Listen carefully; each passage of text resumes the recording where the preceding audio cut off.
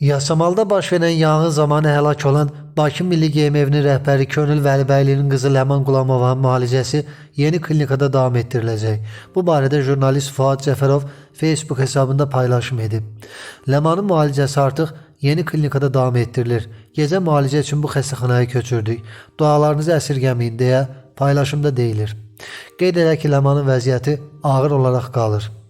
Xatırladaq ki, Yasamaldakı yanğın zamanı 2018-ci il təvəllüdlü Qəmbərli Arzu Əli qızı, 1983-cü il təvəllüdlü Məhəmmədov Samir Kamaloğlu və 1977-ci il təvəllüdlü Hümmətova Könül Vəlibəy qızı tüstüdən zəhərlənərək ölüblər.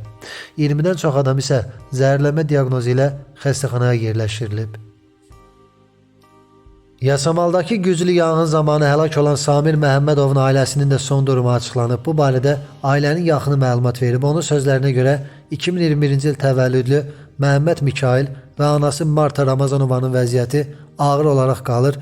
Onlara pnevmoniya diaqnozu qoyulub. Bundan əlavə Martanın gözləri də zədələnib. Ana və oğul özəl xəstəxanalardan birinin reanimasiya şöbəsinə köçürülüb. Digər uşaq Danielin isə vəziyyəti qənaətbəxşdir.